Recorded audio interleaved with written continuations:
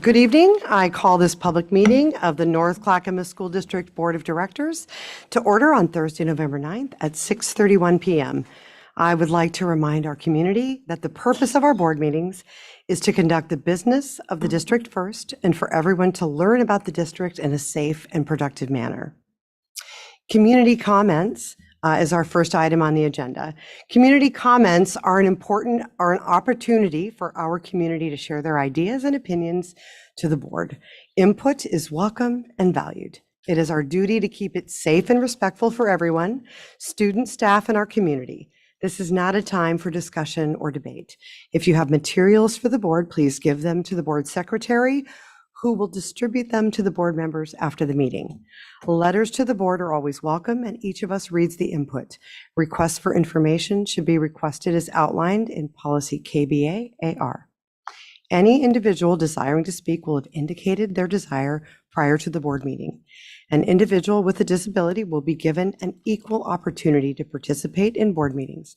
This may include someone speaking on their behalf if their disability or other medical need limits their ability to attend in person.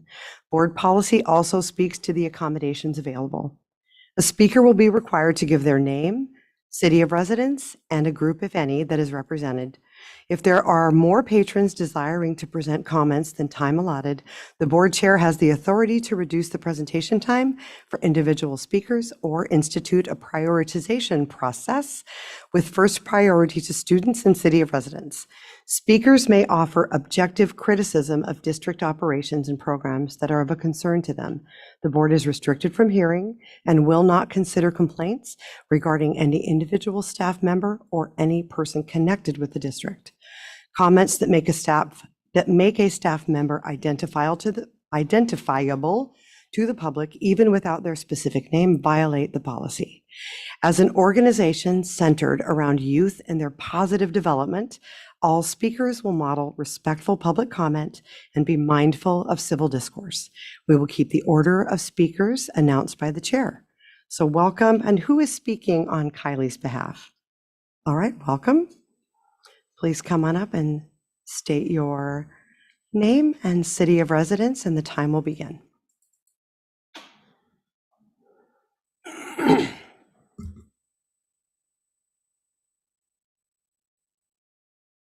Yes, the green button. Oh, okay. There you are. Okay, hi. My name is Jennifer Corbis, and I'm speaking for Kylie, my daughter, today, Kylie Corbis of Oak Grove. So we've noticed that the district and some teachers, in what we assume is likely an attempt to try and help students feel seen and heard, or maybe just going with the current of today's culture, have been hanging banners for various marginalized groups and incorporating oppressor ideology into curriculum and lesson plans. And although the intent may be coming from a good place, this support of certain groups while villainizing other groups is only selective, exposing systemic bias, but also detrimental to students who are continually being told that they are oppressed, and because of who they are, they need more support than the next student, or they just won't be able to succeed. And I'll talk more about this in my next speech, but Kylie would like to be very clear. As a member of the disability community, definitely a marginalized group who does experience inequality and lack of access to everyday things most people take for granted, she does not view herself as oppressed or a victim, nor does she want anyone else looking at her in those ways. Kylie knows that considering herself oppressed implies that she is not empowered to live her best life. She wants to grow up with a sense of empowerment, that she can create the life she desires to live right alongside everyone else and be a productive part of this community. If her curriculum and her teachers were constantly telling her she was oppressed and a victim of a society who doesn't value her enough to make bathrooms accessible or to make space for her to participate in all that society offers, do you think she would feel empowered to pursue the dreams in her heart? No. That would be like strapping a weighty burden of hopelessness on her. I think we can all agree that teaching her this is in lessons, telling her that her peers are a part of the society that doesn't want to make space for her, hanging special banners that remind her of her marginalized state is not empowering. Kylie hopes that teachers in this district and school district itself and society will help empower her, not only her, but her peers as well, and let them know that they can walk in the freedom that our nation gives them, knowing that although not everyone will understand them or support them, and that there will be challenges, they have the ability to create the life they desire. This district's current focus on incorporating the oppressed-oppressor ideology in curriculum and allowing teachers to hang banners for their favorite groups only in classrooms that actually inform students that they must not be valued enough needs to stop. This is for the sake of all students in every group. She would like this district and teachers to reconsider their approach to trying to help various groups of students by teaching them that they are oppressed and that their oppressors are sitting right next to them, and by hanging banners. Kylie wants you to shift to a method of teaching that empowers all students instead of saddling some of them with hopelessness. Ideally, you would take down all the banners, but if you won't do that, then shouldn't all the groups or causes be represented on the walls no matter which way they lean politically? Thank you. Sorry, thank you. All right, and now Jennifer, you have the time as well. Okay, my name is Jennifer Corbis, and I'm from Oak Grove. And today I want to talk to you as a former high school and middle school teacher of 10 years. My last 5 years were spent in my dream school, Harriet Tubman Middle School in North Portland, where I taught 6th grade language arts and social studies, as well as corrective reading for 6th, 7th, and 8th graders. And I was drawn to teaching after helping us to start a nonprofit called Urban Progress, where I served families from Harriet Tubman Middle School, Martin Luther King Elementary, Jefferson High School, Cleveland High School, Benson High School, and many more. And if there's one thing I know about kids, it's this. They are more likely to go after the dreams in their hearts and dream dreams for their future if they're told by the adults in their lives that they are capable of accomplishing them and that they should go after them and that the sky's the limit. And one of my favorite parts of teaching was showing students that I believed in them and that they had the potential to accomplish great things, to impact the world in big ways. But if I had been teaching my students, constantly weaving in the ideology that some of them are oppressed and some of them are their oppressors, I, an adult whom they trusted, would have been heaping limiting beliefs on them about their potential, crippling many of them from believing that they could create the life they desired. I would constantly be reminding them of the extra challenges and roadblocks they're going to face, and for many, that would squelch their drive to even try. For some, it would breed anger, and we're actually seeing that these days. Not only that, I would be sowing division into our communities, pitting one group of students against another, and showing bias towards some groups and not others. This is what's gone on in this district, and we've been dividing our young people, teaching kids to look at each other with suspicion and even fear. We're setting up roadblocks that stop kids from naturally forming friendships with others who may be or believe differently than them.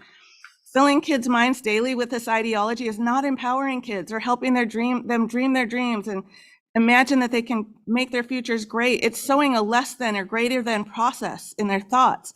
It's telling them that some of them don't have the opportunity to succeed because so much and so many are against them. This ends in division and limiting beliefs. So instead of constantly reminding kids why they can't, let's remind them of their giftings, their ability to persist and overcome challenges. Stop teaching them that if people's beliefs are differently than theirs, that it's hate and that the world is against them. Teach them that disagreement is a part of life, because it is, and how to have constructive conversations around disagreement, how to walk away agreeing to disagree, how to function cordially even in the presence of someone they strongly disagree with. Teach them that they can overcome obstacles and that going after dreams will include this, but they're capable and worthy and can create the life they desire no matter who they are. Stop saddling them with this ideology. Empower them. Give them the hope for their future. And that's what we want for our daughter. And that's what I know I want for all kids. And I'm thinking that that's what you want for kids too. But it requires getting rid of this ideology and helping people have hope and giving these kids the idea that they can actually be successful in life, not that they're heaped with so many obstacles because of this, this, and this. Thank you. All right, thank you. Okay, and then Lindsay Schuster, do we have her? Is she in person or is she online? And Lindsay's not here this evening? Okay, all right, thank you. And then Nicole Perry. If you could state your name, the city of residence, and a group that you represent, if any, and then we'll start your time. Hello, my name is Nicole Perry. I live in Milwaukee, and I'm the mother of 2 daughters, one who graduated last year from Milwaukee High School and one who's currently a freshman there. First off, I want to thank everyone who works hard for the students of this district. This includes the school board members, the volunteers, parents, all of the administration staff and community partners. And I know many people that spent a lot of time and money and effort helping to pass the local levy this week. Congratulations. I would like to thank the organization I work for its endorsement of the levy. The Street Trust is a nonprofit that advocates for the safety and accessibility of walking, biking, rolling, and riding transit in communities. My position is the Clackamas County Safe Routes to School Coordinator. I get to help support kids walking and rolling to school where it's safe to do so, and then making plans for areas where it's not so safe. This school year, there's been a walking school bus at Lot Whitcomb and walk and roll event days at Whitcomb, as well as Happy Valley Elementary and Middle Schools. These events are fun ways to promote physical activity and wellness to all students, no matter how they get to school. View Acres and Rao have gotten micro grants for crossing supplies at their schools. And planning is underway to work with Putnam High School on traffic safety surrounding it. These are the main happenings, but I've also talked to people about gates being locked at the path to their school, or poor driving behavior, or kids that need helmets and locks for biking or skating or scooting. So I just wanted to let you know there's many opportunities for Safe Routes to School problem solving and programming within the district. Pedestrian and bicycle education is available and can be scheduled during school, such as part of PE curriculum and or after school.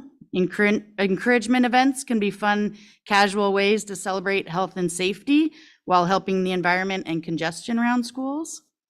And school communities can host a bike rodeo or safety activity like the Billquist Safety Night they held a couple of weeks ago. And speaking of Billquist, according to the agenda, you'll have a chance to approve a resolution for easements there for the purpose of road and walkway improvements. And I just wanted to make sure everyone knows that those improvements were funded by a Safe Routes to School grant that Clackamas County was awarded. This will bring sidewalks, bike lanes, curb ramps, and a crosswalk beacon on Webster Road near the school. I really look forward to celebrating that project when it's done. And in the meantime, I encourage anyone that would like to discuss Safe Routes programming or issues to get in touch with me. Thank you. All right, thank you. Just for our community, the views and opinions expressed during community comments are those of the speakers and do not necessarily reflect the views or positions of the North Clackamas School District Board of Directors. And the letters we have received since the last meeting consist of concerns of an Alder Creek parent, staffing at Oak Grove, some budget committee questions, and an email about American culture in schools. All right, we will now begin the Native Land Acknowledgement. Vice Chair Way will lead the acknowledgement this evening. We acknowledge the land on which we sit and which we call the North Clackamas School District rests on the traditional and indigenous lands and village sites of the native peoples of the Kalapuya, Chinook, Malala, and the Clackamas. We take this opportunity to offer gratitude for the ability to learn, work, and be a community on this land, and we offer thanks to the original caretakers of this region. We recognize the historic policies of colonization, genocide, relocation, and assimilation that affected Indigenous and Native families, both past and present, and that will affect those in the future, and honor the resilience and revitalization of our Indigenous and Native communities. We pay our respects to the elders, both past and present, who have been the stewards of this land throughout the generations. Thank you. Please rise. Director Dobson, will you lead the Pledge of Allegiance to the flag tonight?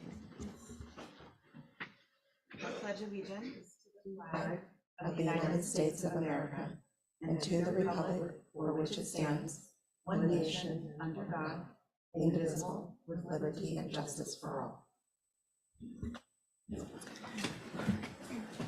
Thank you. In the board packet, you will find the minutes of the October 26, 2023 meeting of the North Clackamas School District Board of Directors. Is there a motion to approve the minutes? Make a motion to approve minutes of October 26, 2023. Is there a second? Bauer, second. It has been properly moved by Vice Chair Way and seconded by Director Bauer. Is there any discussion? I will call for a vote on the motion. All those in favor, aye. Aye. Aye. All those opposed? Motion passes with a vote of 5-0. In the board packet, you will also find the minutes of the November 2nd meeting of the North Clackamas School District Board of Directors. Is there a motion to approve these minutes? I make a motion to approve the November 2nd, 2023 minutes. Is there a second? Second, Bauer. It's been properly moved by Vice Chair Way and seconded by Director Bauer. Discussion? I will call for a vote on the motion. All those in favor? Aye. All those opposed? Motion passes with a vote of 5-0. Consent agenda, including employment changes, travel request for the Rex Putnam High School varsity cheerleading, travel request for Sabin-Schellenberg Professional Technical Center building construction. In the board packet, you will find the consent agenda for this evening. Is there a motion to approve the consent agenda? I move approval of the consent agenda, which consists of employment changes, travel request, Rex Putnam High School varsity cheerleading, travel requests, Sabin-Schellenberg Professional Technical Center building construction. Is there a second? Director Dobson, second. It's been properly moved by Director Bauer and seconded by Director Dobson. Any discussion? Oh, no, we already did that. I will call for a vote on the motion. All those in favor, aye? Aye. All those opposed? Excellent. The motion passes 5-0. Next on the agenda is the North Clackamas Education Association featured educator. I welcome Paul Shepro and NCEA President Melinda Ryan. Welcome. Thank you. All right, am I good to go? Okay. Hello, North Clackamas School District Board. My name is Paul Shepro, and I'm here on behalf of our NCEA Executive Council to introduce our featured educator for November, Whitney Nash. I've had the pleasure of working with Whitney for 2.5 years at Oak Grove Elementary. Whitney has been such a valuable addition to our team at Oak Grove, and I'd like to share what the educator who nominated her described in their nomination. Whitney has gone above and beyond this year and last year in advocating for the needs of students and staff. She exhibits a high level of diplomacy, integrity, humility, and empathy, and uses these skills to advocate and negotiate in a way that makes all parties feel heard and understood. She has gone above and beyond to support her buildings, including being involved with student de-escalations, assisting with evaluations, meeting with parents, training staff in our TLC, etc. Whitney consistently demonstrates positivity, authenticity, and excellence. She celebrates neurodiversity and looks for and celebrates strengths in students. She is such an asset to our school teams and our district as a whole. Now I'd like to turn it over to our president, Melinda Ryan, so she can deliver a statement from Whitney. Thank you. Unfortunately, Whitney wasn't able to join us this evening, but she did want us to read this message to the board and the rest of you. It says, "Thank you for recognizes me as a featured educator this evening. As a school psychologist, my job is to help students succeed academically, socially, behaviorally, and emotionally. A critical part of this work is partnering with teachers, special educators, and parents to understand and support the whole child, their unique strengths and learning needs. I love seeing students gain confidence in learning new skills. I enjoy the problem solving and collaboration that comes with this work, along with looking at how systems can be improved to support student learning and well-being. It is also challenging, fast-paced work, and there is a nationwide shortage of school psychologists. The country needs an additional 60,000 school psychologists to attain the recommended school psych to student ratio. I am passionate about advocating for mental health supports for students, for children, for special education and equity. I'm thankful to my colleagues at Oak Grove Elementary and Milwaukee El Puente Elementaries for their care and collaboration in uplifting students." Thank you. Thank you. Is there any? Yes. Thank you. Is there any discussion or comments from any of the directors?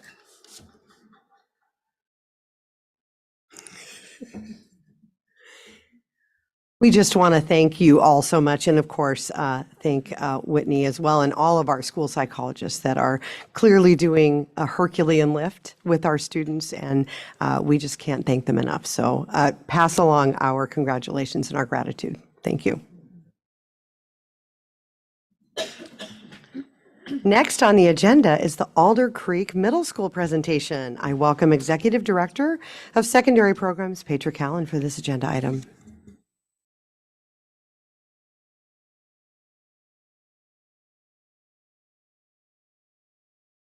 Sorry, I think I've done that before, haven't I? So let me rewind. I'm really happy to introduce to you tonight Principal Kelly Rhea from Alder Creek. She has a team of folks with her that she'll introduce. And let's get started. All right, so I'm going to vacate this chair. Come on up, Linda.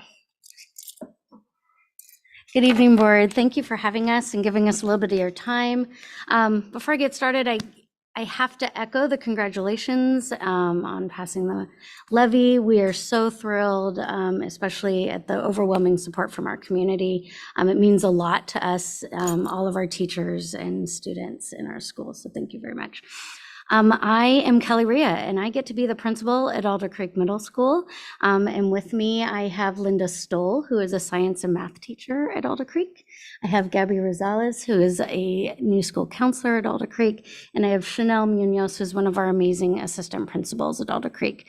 They are here both for moral support for me as we present to you tonight, and to ensure that any questions that you have, we're able to answer thoroughly. All right. This is the clicker I was told about. All right. All right. So we're here to talk about Alder Creek, which is one of my favorite things to talk about and probably takes up the majority of my speaking time, both in my workplace and in my personal life. So we'll talk a little bit about Alder Creek and what we believe and what we're aspiring to for our students. So at Alder Creek, we believe that equity, inclusivity, social success, and academic success are all intertwined for our students. And by focusing on these things, we strive to create an environment where every student can succeed academically and grow to be into their own unique, confident, and compassionate young selves as they move into the world of being a young adult, ensuring that they're prepared for the challenges and the successes that they'll find at the high school level. Our students are at the center of everything that we do. They're why we show up every day.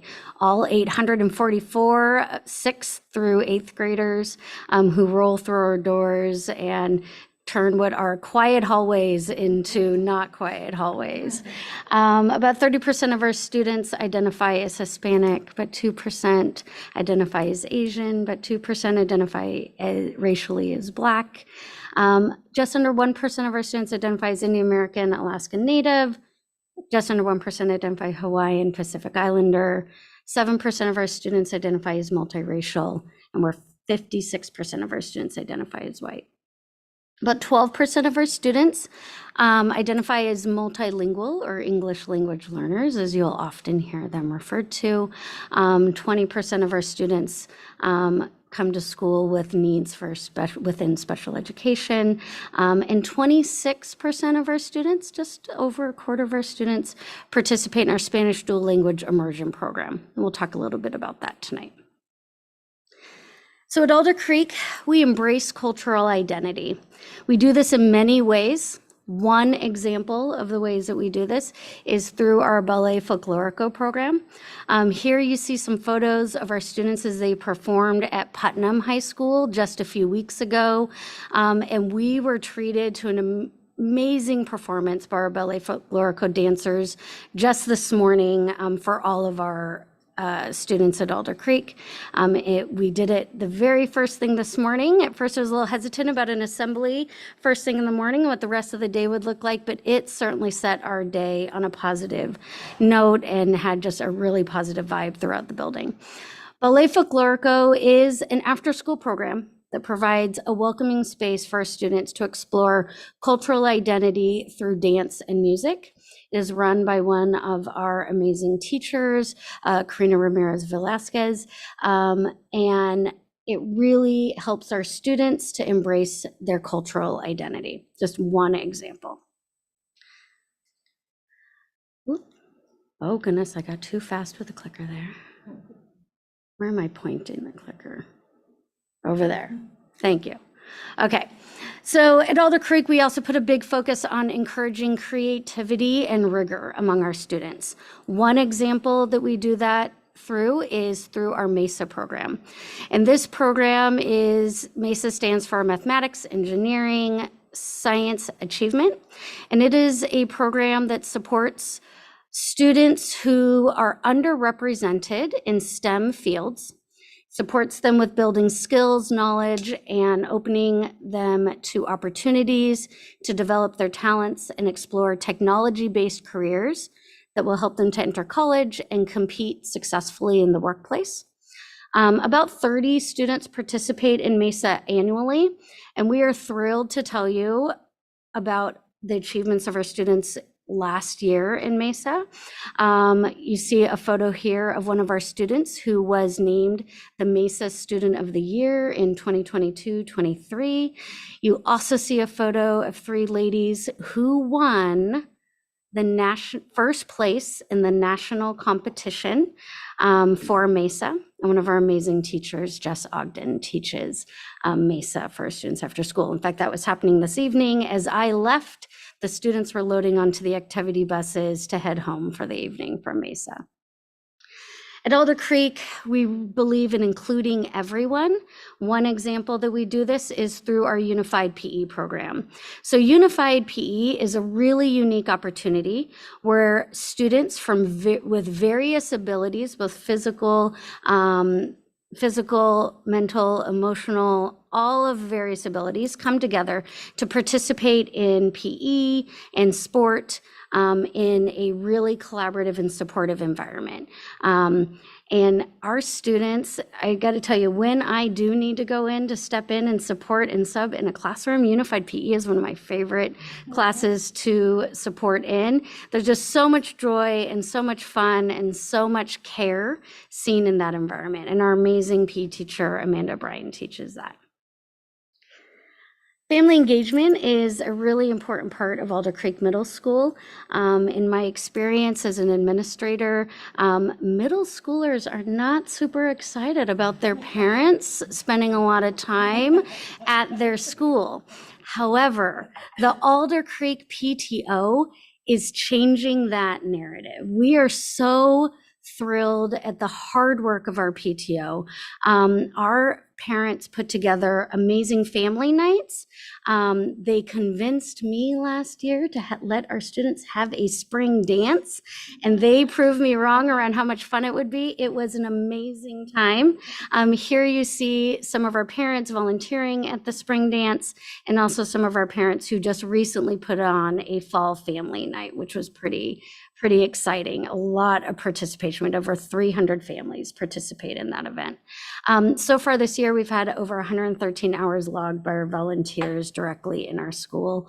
And just today, in the hallways of our school, our PTO parent walked in. She has her newborn baby, and I could not help but notice how many of our students know her, and we're thrilled to see her, and we're saying hello to her, and we're asking when the next family night would be. So I want to make sure, even though that wasn't necessarily a part of my notes, it was just a moment today that showed me how valuable our parents are.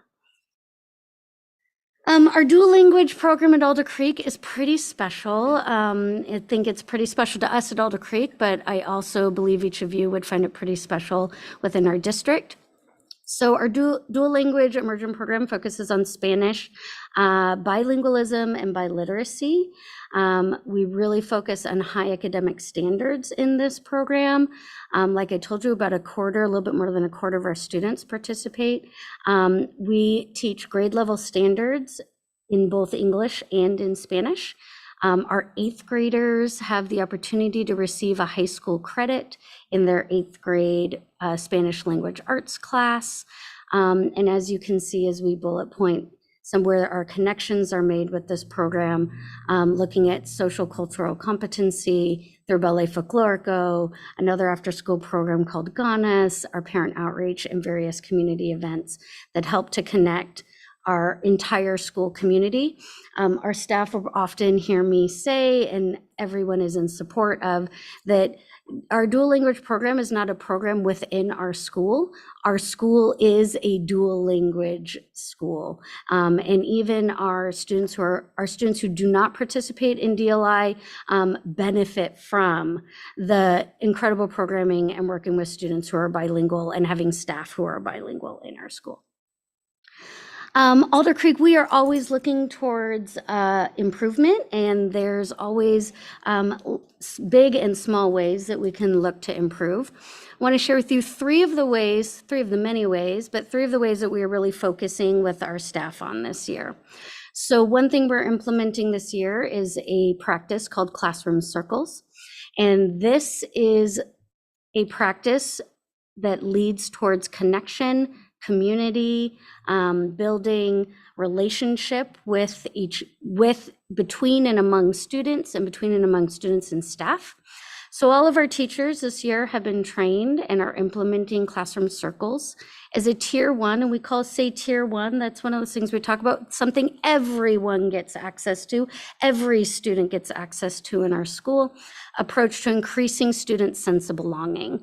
And this goal was in response to our Youth Truth survey, looking at our students communicating to us that they would like us to create a stronger sense of belonging for them. Alder Creek is also, we're very focused on the academic achievement of our students. And as we look at our 11 to about 13-year-olds as they walk through our halls, we are envisioning watching them walk across the graduation stage in a few short years. And so we are putting a big focus on looking at the academic progress of freshmen at Putnam High School to inform how our middle school programming is preparing our students for success in high school. And so that's a big thing that our administrative team in particular is paying close attention to.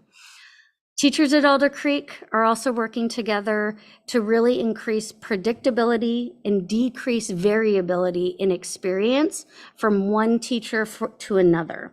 So if you are a 6th grader in a math classroom with Ms. Stoll's teaching 7th grade math this year. If you're a 7th grader in Ms. Stoll's math class, you are getting a comparable and very similar experience if you're sitting in another teacher's 7th grade math class. And that it requires a lot of collaboration and work between our teachers. And this happens in professional learning communities, or PLCs. And this time is a dedicated time for our teachers to work together, to talk about achievement data, to talk about instructional strategies, to talk about how students are performing so that we can ensure that every student is having a predictable and comparable experience regardless of the teacher or the classroom that they sit in.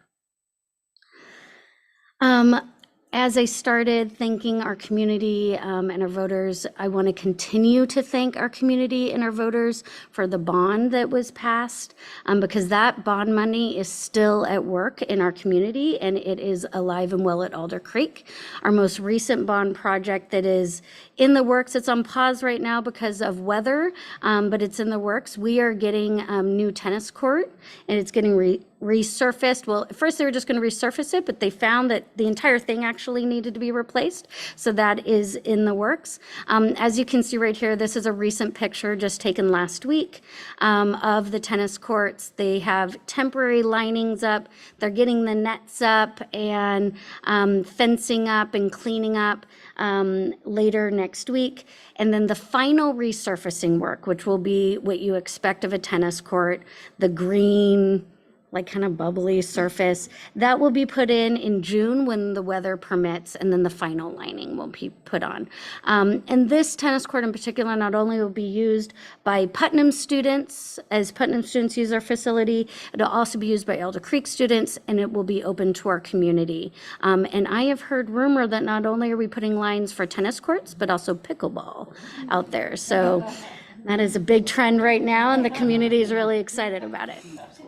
And with that, we have a short video with some of our students who we wanted to make sure we brought their voice to you, because their voice is what gets us up every day, and let you hear a little bit about what they have to say.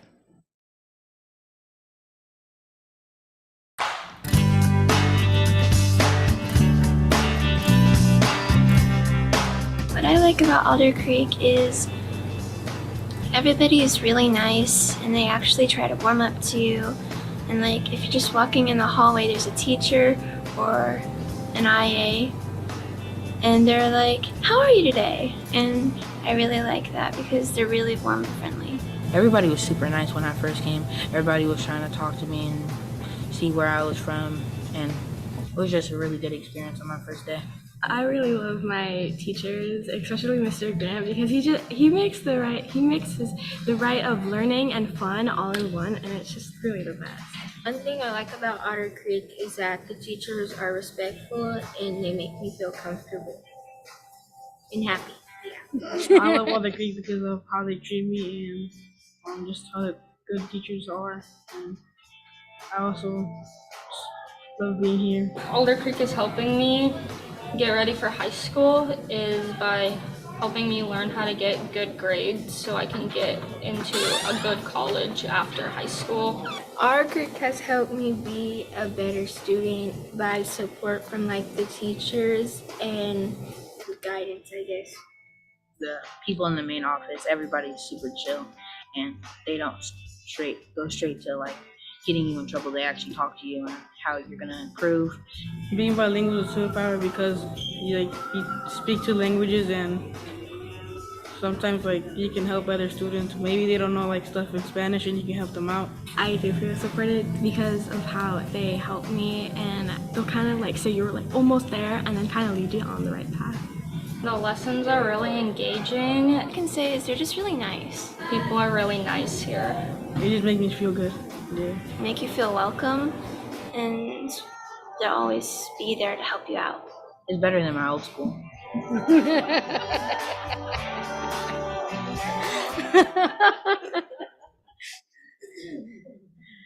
We're so thrilled to have that guy at Alder Creek. He is fantastic. He makes us all smile. So if you're ever at Alder Creek on a Monday, you will get to hear our morning announcements, and we always end our morning announcements this way. Mr. Munoz does it the best. I didn't warn you, but I was going to ask you to join this. We always say, it's a great day to be a Panther. Rawr. All right, and with that, we are happy to answer any questions that you may have for us. Thank you so much. Is there any comments or questions from the directors? Director Bauer? I keep waiting for someone else to go first. But when I read your report, I just kept making stars. And so I want to commend you, and I just have a couple questions. Sure. But on all of your work with the Unified PE, I did visit that a couple years ago, and there were tons of kids, and they were all helping each other, and it was all organized. I mean, you had them move from group to group, and lots of smiles. So you're really to be commended for that. And you're very strong PTA, PTO. And I was lucky enough to see your family night. I was there on other business, but felt very welcome. And one of them, this parents joined me, and I just had a great time all night. Yeah. They were great. Everyone was so welcoming. Also, I wanted to know more about the Mesa. So you said they do that after school, and so there's no barriers. How do you recruit? How do you find the kids? And national award winners? Wow, Yeah. I'm so impressed. Yeah, it was a big deal last year when their students won that, and they got to travel, and it was a really exciting piece. So MESA is a program where one of our teachers coordinates with the MESA program.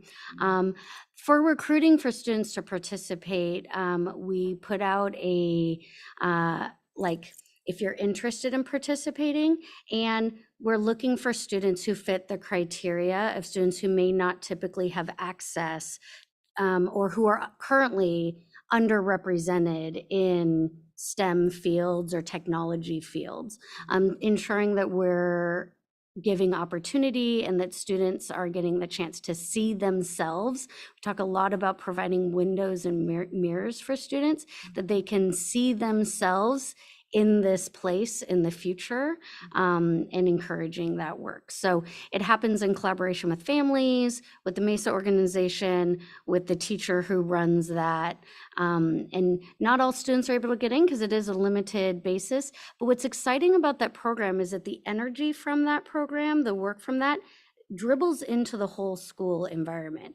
The teacher who teaches in that program, we see that work show up within her classroom, and she shares that work with her colleagues, who then that dribbles into their work. And students who are in the program talk with other students, and then they get excited about maybe encouraging them to sign up for the engineering elective that we offer at Alder Creek. So it just kind of, that ripple of like dropping a stone in, it kind of ripples throughout the whole community. It's pretty fantastic. Great. Yeah, you've set the tone and made it exciting and made learning exciting. Yes. And all the kids welcoming, it sounds like. I did want to point out one statistic, 20% of your students' special ed needs, that's high. And as a district, we're high. Yes. But one thing that we're told is that the state only funds and caps at, is it 11 or yeah. So that gap in funding has to come from our Common School Fund. Yes, it does. So, that's just something I think our community needs to know. Thank you for the great presentation and all of your work for kids. Thank you. Thank you. Thank you. Are there any other comments or questions from the directors? Yes, Director Kemp. Yeah, I was really impressed with the MESA program. I'm curious, how many kids, is it a year long from start of school to end of school year? Yeah. And how many kids roughly are involved in it? Do you know? But there's roughly right now, the capacity is about 30 per year participate directly in the program. And yes, it typically runs fall through spring. So the program really just kind of got rolling a few weeks ago. And we have activity buses after school. So that also removes a barrier for transportation home for students. And it runs through the springtime. And do the kids, is there a fee for the kids to? No, Okay, that's good.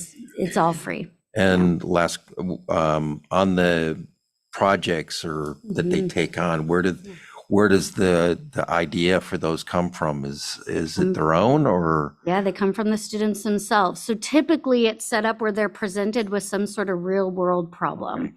And then they are provided the support and the structure for them to use their creativity and their math and science knowledge through the guidance of their teacher in the MESA programming to get them into those spaces. Yeah. It's really cool because a lot of times kids, they don't know the limits. Yeah. So they think completely out of the box Yeah. and they can come up with some great ideas, which I think is really cool. We do a showcase in the spring. I'll make sure you know when those dates are. Oh yeah, I'd like to attend that. Yeah. One last question. One thing I noticed on the report was the attendance level seemed to be a little bit lower than the state average. And is there any way to, I don't know if there's any programs to try to address that or improve those numbers? You feel like you could speak a little to that? I think I can speak to that.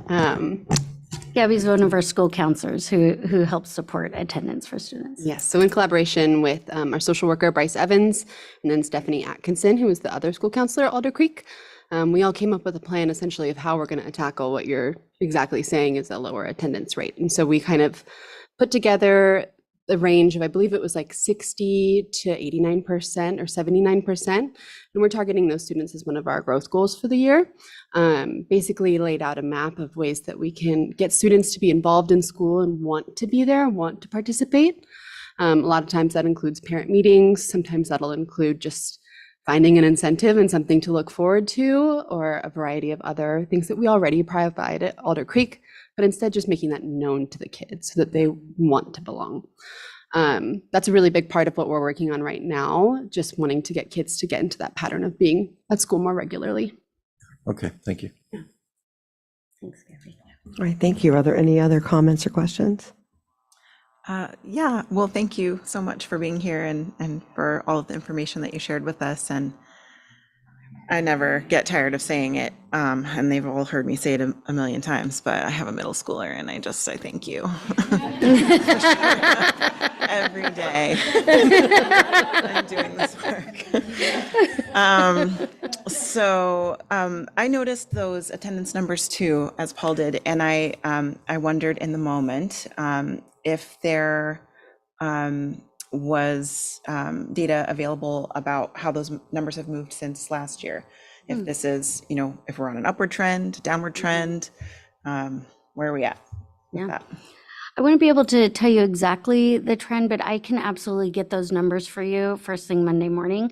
I know we're looking at our current numbers, and we do see similar trends than we've seen in the past, and we want to make sure we're addressing that, especially now that we are kind of through the what shall not be mentioned in the past and the pandemic pieces, and really working with kids to get them back into the habit of being at school and trying to identify what those barriers are to get them there.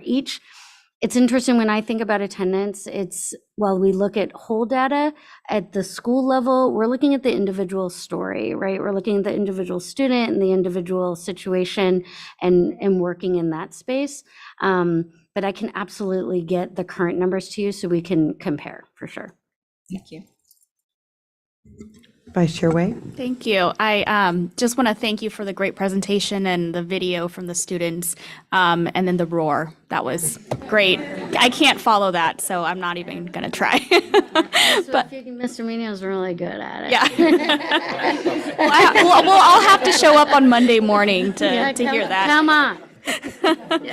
I just want to echo Director Kemp and Dobson's comments about the school attendance. That was something that kind of stuck out to me, and so it's great that there's some intervention happening, but just knowing what are the themes, what are the reasons why that might be a barrier or a struggle for students, I think would be helpful.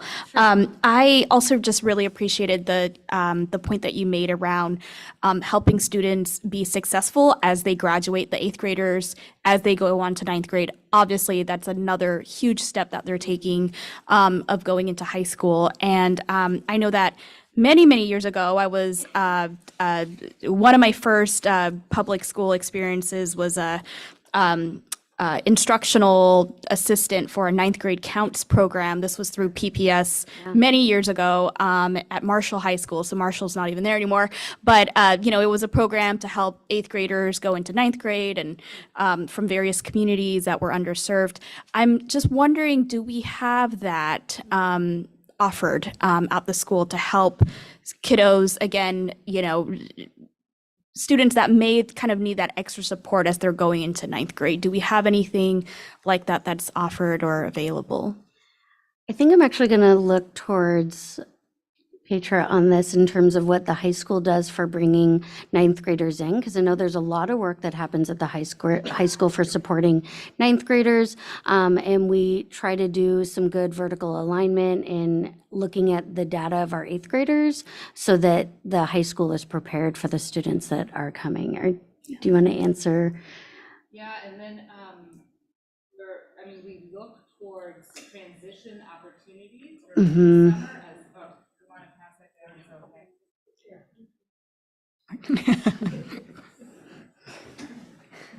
Musical chairs. And then there's a great deal of work done. I'm a mess. You're fine. And there's a great deal of work that happens as students go into the 9th grade. I mean, during spring of the 8th grade, there's opportunities to visit the high schools, and high school folks come into the middle schools. But also, as we move students into 9th grade communities, there are transition orientation activities. There's this creating sense of team before school even starts. I was at the beginning of this school year on our special, our assurance days where we just had the 9th graders in the building. I was witnessing a lot of these activities. I was thinking, I was actually at Putnam and with y'all students, and they were playing games together. They were creating team identities. They were getting to know the teachers in the building. So there's a great deal of intentionality. I've talked before about our 9th grade team work with you all, and they are really instrumental in having that essentially the entire year being a really strong transition support year for students. Great, thank you. And I love also you said this, Kelly, about some of the former students coming back to middle school so that they can be kind of that peer-to-peer, voice as they go into ninth grade, but looking back to helping out the eighth graders. So that's wonderful. Thank you.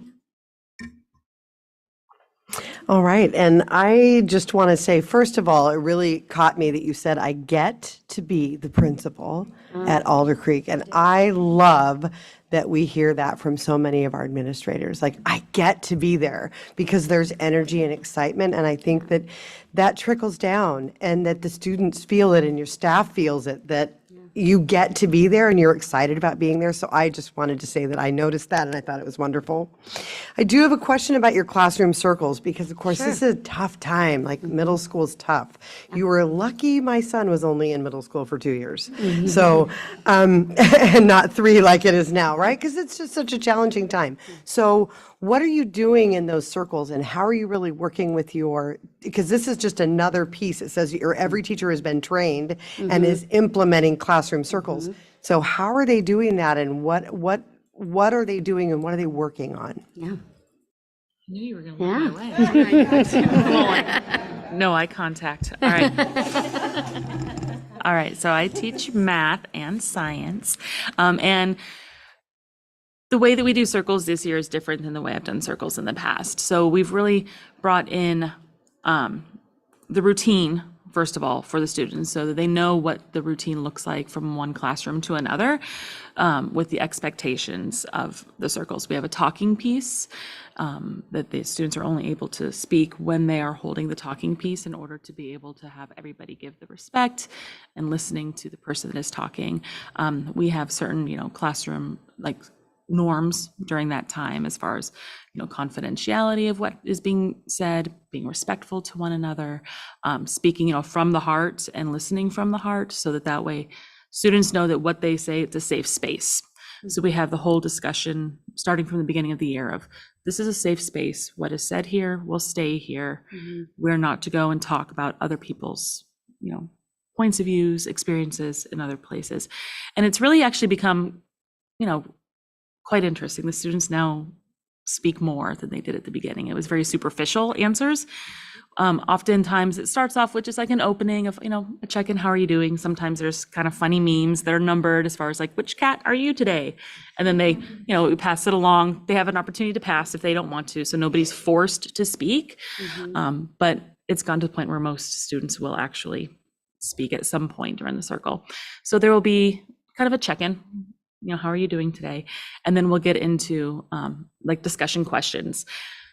And I've had actual classroom circles be where it's a discussion about something that's occurred in the room, some behaviors or things that we're noticing just overall in the school and how is that making us feel? Or in the classroom, how are we feeling when, this is occurring? And students are able to share out how that makes them feel as a learner or as a person or, something that maybe that they've heard in the hallways or that they've experienced and how that affects them individually. So it gives them that safe space to speak and also then make sure that other people are able to hear what they are saying. So it's, like I said, it's interesting because they're definitely much more open now, speaking, from the heart, speaking from what, what they're feeling in the moment and without feeling as though they're going to be immediately attacked by somebody having to, be defensive. It takes that whole defensiveness out of the conversation because it's not a two-way conversation. Nobody gets to all of a sudden speak in there. Nope, you just get to sit back and listen to each person. So. I'll interject really quickly. This really connects to our core value of relationship too, so that we're asking students to really engage with each other in relationship as well as the classroom teacher, so that you don't end up in a space where, I've seen this before, where you ask a kid what their neighbor's name is in April and they have no idea, right? Has anybody ever experienced that in a classroom? Yeah. So this is just really an intentional way to ensure that we're connecting with that core value and that students really feel a sense of community and belonging. Excellent. So important. And again, it's going to go back to that attendance piece, right? Because part of that is we need to build those relationships and build that trust so that so everybody wants to be at school. I mean, it's all so interconnected. So thank you all so much for everything that you do. We really appreciate it. Thank you. Thank you so much for having us. Yeah. All right.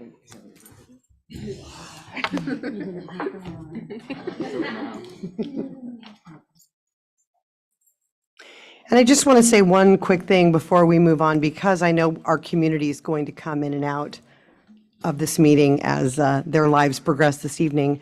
Just on behalf of the Board of Directors and the district, we just want to thank our community so much for the overwhelming and resounding support of the levy on Tuesday. I have something to say at the very end, but I felt remiss in not getting something in, so just so that everybody in our community knows how incredibly grateful we are, and that the trust and the relationship and the love shown on Tuesday was incredible. And so we just wholeheartedly thank you. And next, we are going to have our Human Resources hiring update. I welcome Executive Director of Human Resources, Michelle Riddell, for this agenda item, and she will introduce her guests. All right, good evening. So we are happy to be here to give you an update on our current recruitment, retention, and hiring. And I'd like to introduce the team. So right next to me is Will Ruley, and he's our Associate Director of Licensed. And then we have Alma Morales-Galicia, who's our Associate Director for Classified, and Dr. Keela Boyer, who is our Associate Director of Recruitment, Retention, and Strategic Initiatives. The clicker. Excellent. Okay, so when we look at our strategic plan, the people and culture part is the one that most closely aligns for us in human resources. And our mission, of course, is to recruit, hire, and retain exceptional employees. And we really want folks to have that strong commitment to our district mission, as we just heard, relationships, care, integrity, and all those. We also want to strengthen our practices that lead to a workforce that more closely reflects the diversity of our students and our community. And then we want to foster professional growth and leadership across all levels and cultivate a collaborative environment that empowers our employees and provides job satisfaction. So those are some of our core things that we do. All right. Hello. I'll talk a little bit about our license hiring update. So the numbers on the screen right now are for October 13th. We hired a total of 150 licensed staff. 75 of those represent new individuals who came into the district. 76 represent temporary people that we rehired. That's 52 people at elementary, 28 at high school, 30 at middle school, 29 for special education, and 11 in other areas. In addition to this, our department as a whole for licensed staff processed 320 employment shifts. And so that includes 150, but plus FTE changes in buildings, retirements, resignations. So each one of those represents someone that our department touched to make sure that we could get them through that process. Our current openings that we have as of November 1st, we have 11 openings in licensed staff that we're working on trying to fill. 3 of those are at elementary, 2 of them are at middle school, 1 is at high school, and we have 7 in special education. Of those 13 openings, 9 of them represent people who resigned after the start of the year or people who are on a leave of absence. 4 of them represent positions that we have not filled since the start of the year. And those 4 positions do fall within special education, and they mimic what we heard before about school psychologists. So that is a challenge that we face all over the country. The next thing I want to review with you is the reasons for licensed staff resignation. And so this chart represents a comparison between where we're at in the yellow is 18-19, which represents pre-COVID, and then we have 2021 and then 22-23. A couple of the indicators on there that I want to point out is when it says accepted another position, that means it's an individual who accepted another position in another school district within the educational environment. When it says seeking other employment, that's an individual who has accepted a position or is seeking a position outside the field of education.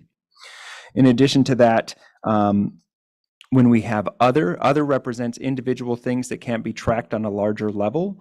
One of the things that it's important to note is prior to COVID, we didn't have health as something that we put down as a reason for resignation or moving on, and we did do that. And so that's why that number doesn't show up in 18-19, but is in there for 2021 and 2023.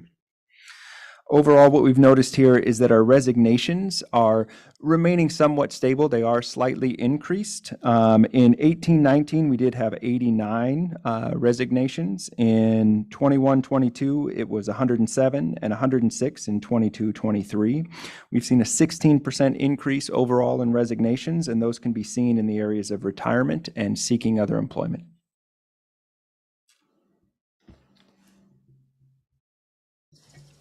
Good evening. I will be sharing some information about classified staff. What you see on the screen is this year we have hired 159 new classified staff members. This number is up from last year, which was 104. For our classified staff, we have processed over 400 employee changes. That includes internal transfers, FTE changes, new hires, rehires, resignations, and retirements. As of November 8, we have a total of 22 openings in our buildings. 9 of them are at the elementary level and 13 are at the secondary level. Out of those, 10 are in special education. When we look at another group of our classified staff, specifically transportation, in January, we were fortunate enough to hire a full-time transportation recruiter, Shannon McGinnis, who has done an outstanding job of recruiting and hiring. Since she joined us, we have hired a total of 24 school bus drivers. 15 of those are new hires for this school year. We've also hired 5 van drivers and 3 bus aides for this school year. One of our recruiter success has been part of her participation in many job fairs and collaboration with community programs such as WorkSafe, Goodwill, Touch a Truck event. Shannon has also partnered with our communications department, and this summer she attended several of the summer pop-up community events, which gave her an opportunity to connect with people. And this year she's begun attending evening events in many of our schools. So that's how she's been able to really get out there in the community. As of November 8th, we have 5 open routes, which will be filled with 6 new drivers that we currently have in training. We also have 2 openings for van drivers, 1 dispatcher opening and 1 bus aide. So we are moving along in transportation. When we look at nutrition services, custodial staff and care, this year we have hired 15 new nutrition service staff, and we currently have 9 openings. 7 of those openings are at our buildings and 2 are for rovers. Those are positions that are there for when we have absences so they can move around or need additional support. We have also hired 12 new custodial staff and currently have 2 openings. So we are starting to work on increasing our substitute pool for custodial services. Our care program, we have hired this year 10 new care professionals for our after-school care program, and we currently have 10 openings. Lastly, I'll share with you some information about reasons for resignation for classified staff. When you look at this graph, if you take a look at the gray bar is what represents last year, 2022-2023. Orange is the year before. And so we see that majority of our classified resignations are in due to accepting another position, and that includes within education or outside of education. The second reason that we see is retirement, followed by family and home responsibilities. Okay, so administrator update. We hired, administrator updates. So we hired 10 new administrators this year. We had 5 internal promotions, and we have 6 that are in new roles. And that hiring is a little bit down from last year. We actually had hired 15 administrators last year. All right, so our recruitment data. So when we look at our recruitment data, one of our goals, as we talked about, is really creating a workforce that reflects the diversity of our students and our families. And in this area of this goal, we are making some progress. And so when we look at this data, what this represents is when we look at all of our licensed staff, we have 17% that are staff of color, which is an increase over last year. When we look at our classified staff, we have 31.2% that are staff of color, again, an increase. Our administrators of color, 30.8%. And then when we take a snapshot of all of our staff across the district, 24.3% are staff of color. And so we look to that as we compare to our students, who we have 44.9% students of color. So we are continuing to make progress, and this is definitely an area that we are focused on.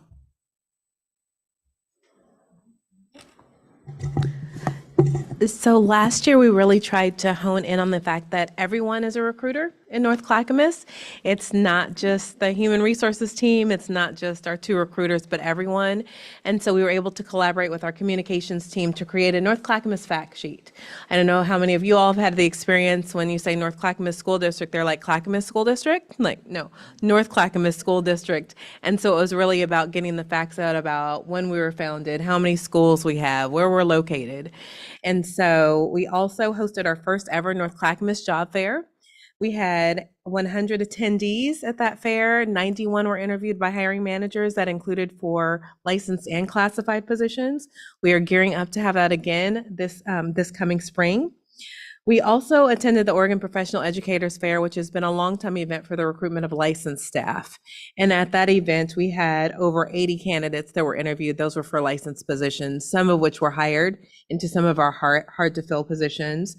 We were able to offer letters of intent for 8 individuals, including for a school psychologist, speech language pathologist, some of our hard-to-fill special education, high school, different advanced math positions.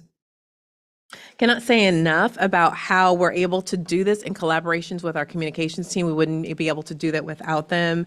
As we talked about redesigning things, like we did Discover North Clackamas stickers last year, or refreshing our flyers to make sure they were reflective of our students and our population, and getting the word out there, and different things on social media. They really come alongside us. Curtis, of course, with the podcast, which is a big deal. Anytime we mention that to people, they're excited that we have a podcast. So that is helpful, and we will continue that collaboration with them. The new rollout of the website, and actually very strategically placing where people can go at the top of our website to find job opportunities, so it's not buried somewhere where they can't locate the information.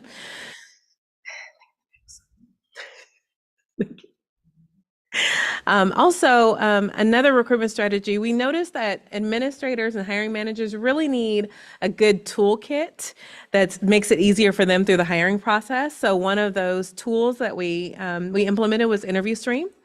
That is a software that's embedded within our AppleTrack system now. And so it does screening interviews that people, I think they were cut to like 2 minutes. We have 3 questions that they answer specifically for a license. So if you have a pool of, say, 25 elementary school teachers and you don't have staff to call each one to kind of screen and see who you want to invite to interview, then you can watch these videos and determine who to invite for interviews. We also implemented DocuSign paperwork. So I don't know, I've been working a really long time in education, I think this is year 24, and had to do a lot of handwritten paperwork. Well, now we have it electronically where we can just send it to them. And so we're getting it back from them, sometimes in a matter of hours, sometimes in the next few days, but it's really a lot easier when people are really doing things on their cell phones now and not having printers to print things out and sign things and bring it back. We also streamlined the hiring process for summer. We have a variety of summer programs, and previously they had to apply again. So they were already North Clackamas employees, but then we made them fill out another application when we already had all their information. So instead, I was able to sit down with the hiring managers for all those summer programs, brainstorm, and so instead we ended up using a Google form so that we sent it out to them early spring so they could indicate their interest, and then there was color coding and notes that went on for all the summer programs so they could just do their hiring right from the sheet. And lastly, we implemented a hiring checklist. There's a lot of pieces to go through in the hiring process, and rather than have to go over and over and over, or sometimes I know for myself as a visual learner, like bubbles and arrows don't work. So we just did a line item checklist for hiring managers and administrators to go through as they're hiring staff. All right, I want to speak to some of the retention shifts that we've made, so individual shifts that we've made to kind of support our licensed staff.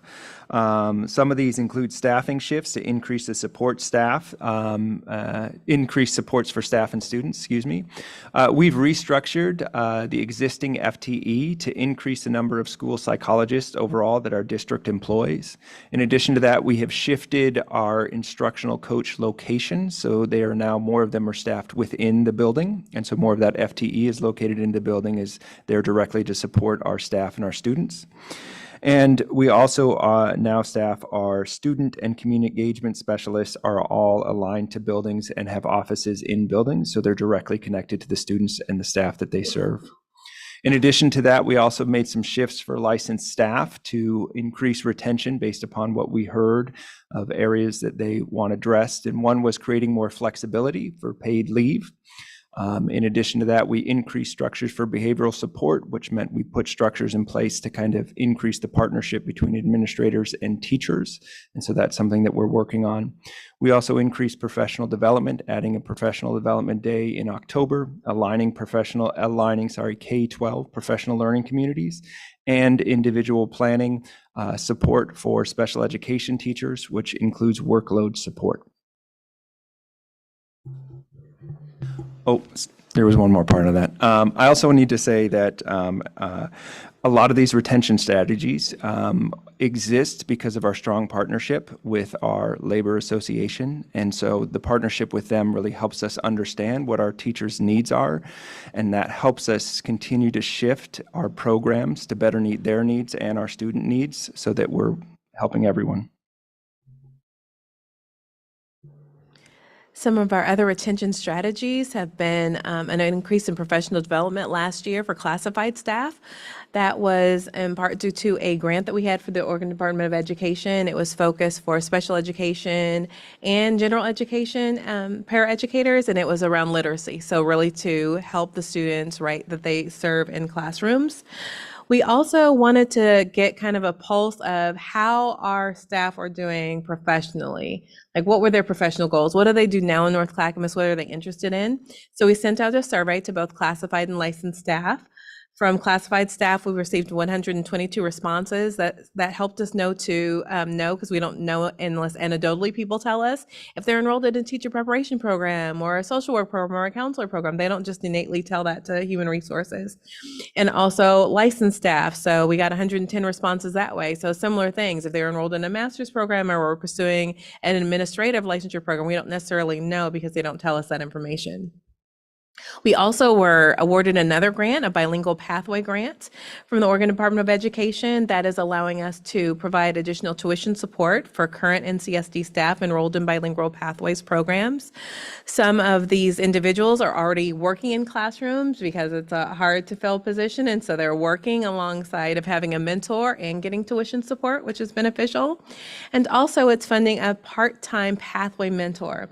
And she is really focused on supporting our current pathway cohort students as well as collaborating with us to develop our Grow Your Own, or you may sometimes hear it referred to as GYO program in North Clackamas.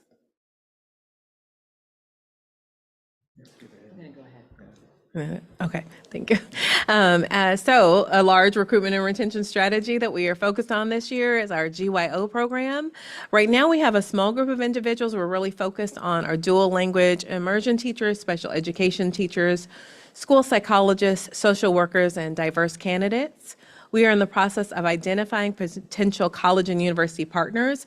That's not only so that we can build cohorts of students, so say we have a cohort of students that want to go pursue a special education endorsement, they can go through together and provide support for one another, but also so we can advocate for some tuition reduction if we have a certain number of students.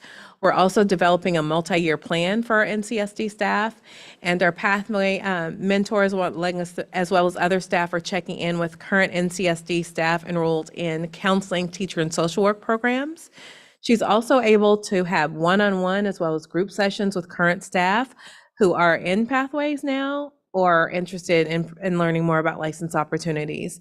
Also, we have our wonderful Stave-Schellenberg campuses, and so we are going to be strategic about going there to their pathway program classes and scheduling presentations so that they know what job opportunities they have to work in North Clackamas when they graduate, and then beyond graduation if they want to pursue higher education and come back to us.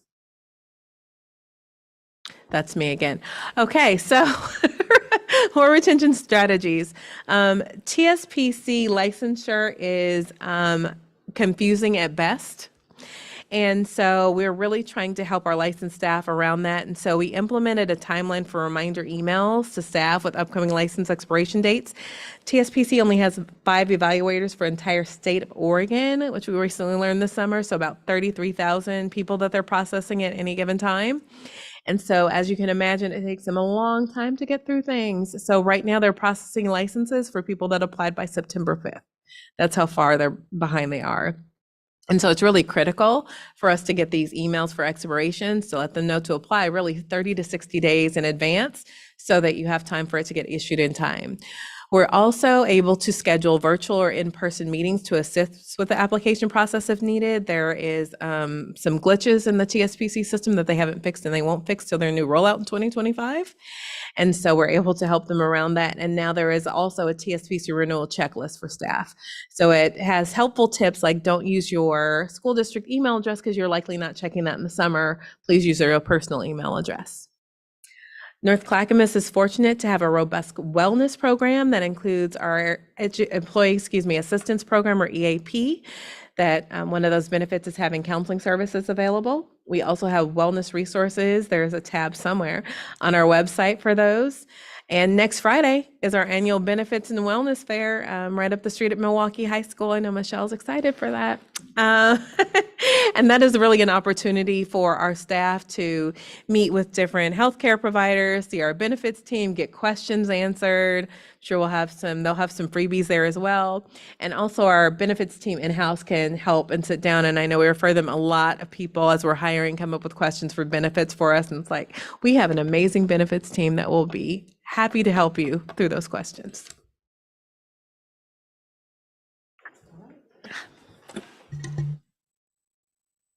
Thank you, and we're happy to take any questions. All right, thank you. Directors, do we have any comments or questions? Director Bauer? Oh. He raised his hand. Director Kemp. I think it was still after you, but that's fine. Yeah. I was curious on the special education staff. Is it more of a matter of people in that field versus, say, pay scale or qualified people in the field? Is there anything the district can do to fill these? It seemed like those were the most openings coming up in almost every category.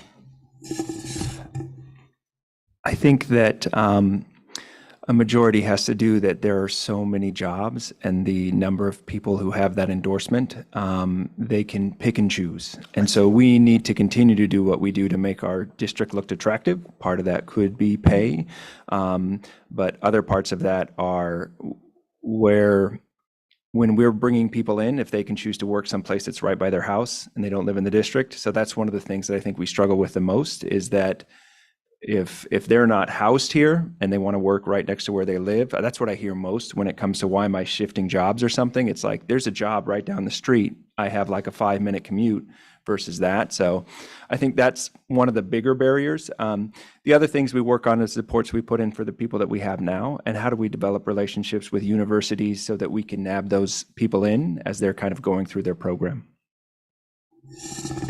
I'll add just a little bit more to that. So we do have some of our current paraeducators that are enrolled in teachers preparation programs to earn a special education endorsement. So we are trying to recruit within, and also we'll be very strategic before the Oregon Educator Fair in April to reach out to programs that have special education programs to say North Clackamas is hiring, and see if we can get some more letters of intent out to individuals before the Educator Fair.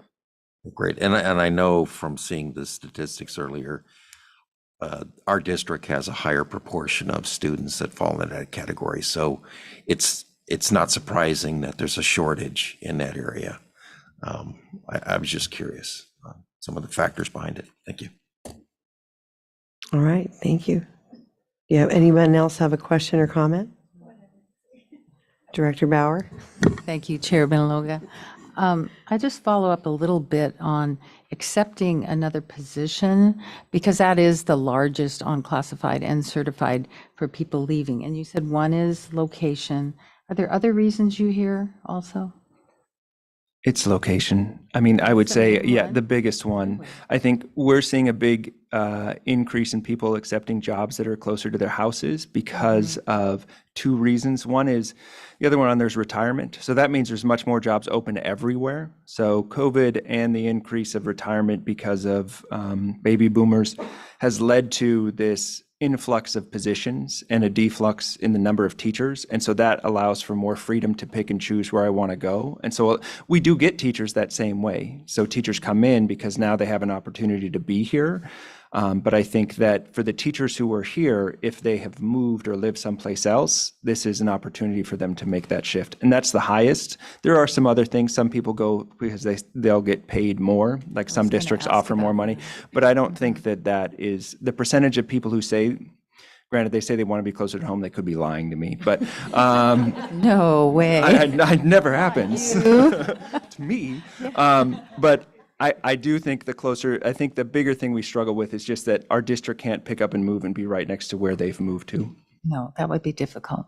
The other thing I think is seeking other employment, moving or retirement. You can't do anything about that. But the other, what's in other? Licensed or classified? Well, I think both. You have an other in there.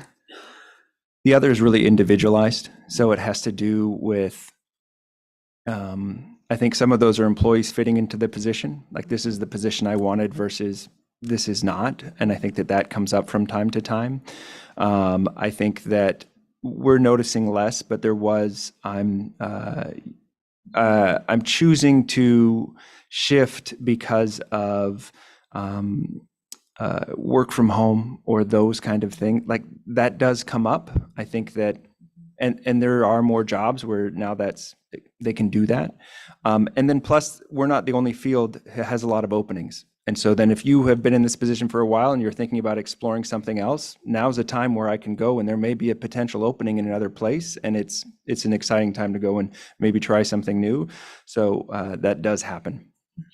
When we look at classified, one thing to keep in mind is that we have various groups. When we think of our classified staff, we're thinking of paraeducators, transportation, nutrition services. So really the other is any other reason that doesn't fall within what our main categories is that we have in there. And that could also include some terminations as well. Right. Are the transfer numbers high? They seem high. 320 and 400 under classified.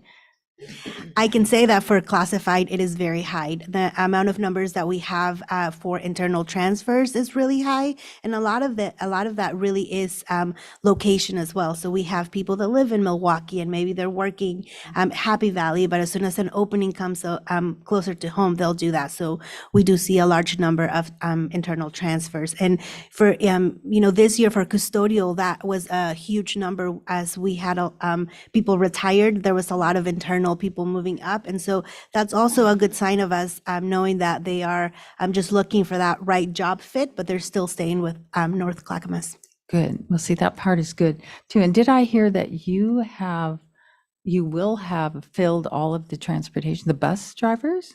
Did I hear that right? That is After they- correct. Wow. Yes. You're to So be really congratulated it on is. Shannon has done an amazing job. We have right now 5 open routes and 6 driver in trainings. And so what we'll start doing is that once we fill those positions, we are going to take a look at any contracting services that we have and start creating new routes to make sure that we keep that in-house. Thank you. I'll pass. Thank you. Director Dobson?